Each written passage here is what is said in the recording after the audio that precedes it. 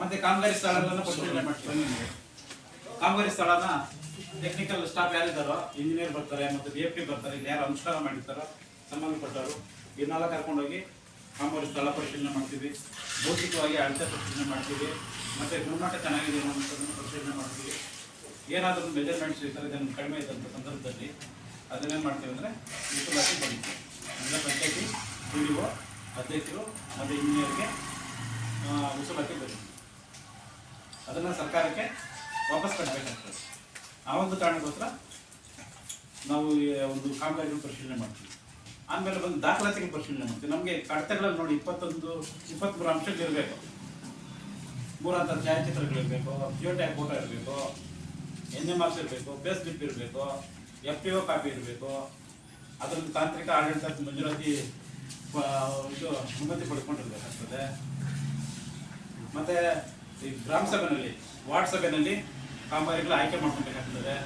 Ward ಸಭೆಯಲ್ಲಿ ಆಯ್ಕೆ ಆಗಿರೋ ಕಾಮಗಾರಿಗಳು ಮತ್ತು ಗ್ರಾಮ ಸಭೆಯಲ್ಲಿ ಅನುಮೋದನೆ ಆಗಿದೆ ಇರುವಂಥದ್ದನ್ನು ಪರಿಶೀಲನೆ ಮಾಡ್ತೀವಿ. ನಮ್ಮನೆ 6 ಕೂಲಿ ಕಾರ್ಮಿಕ ಡಿಮ್ಯಾಂಡ್ ಕೊಟ್ಟಿರ್ತಾನೆ, ನಂಗೆ ಕೆಲಸ ಬೇಕು ಇಷ್ಟು ದಿನ ಅಂತ ಹೇಳ್ಬಿಟ್ಟು ಅದನ್ನು ಕೊಟ್ಟಿದ್ದಾನೆ ಇರುವಂಥದ್ದು, ಅವನೇ ಸಹಿ ಮಾಡ್ಕೊಟ್ಟಿದ್ದಾನೆ ಇರುವಂಥದ್ದು ಪರಿಶೀಲನೆ ಮಾಡ್ತೀವಿ.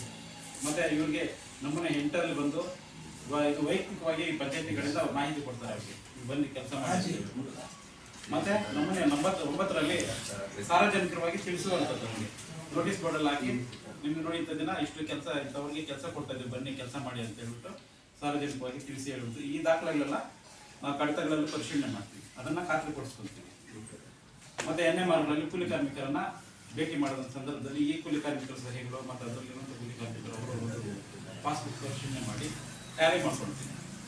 ಇಷ್ಟೆಲ್ಲ ಪ್ರಕ್ರಿಯೆಗಳು ಸೋಷಿಯಲ್ ಆಡಿಟಲ್ಲಿ ಆಗ್ತದೆ.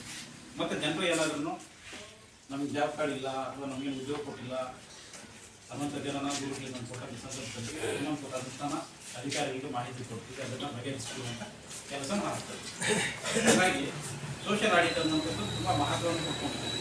ಇದು ಪ್ರಕರಣ ಬಂದು 17/2 ಮತ್ತು 3 ಪ್ರಕರಣದಲ್ಲಿ ನಮಗೆ ಸೋಷಿಯಲ್ ಆಡಿಟ್ ನಿಯಮಗಳು 2013ರಲ್ಲಿ ಸರ್ಕಾರ ಈ ಒಂದು ಅವಕಾಶ ಮಾಡಿಕೊಟ್ಟಿದೆ.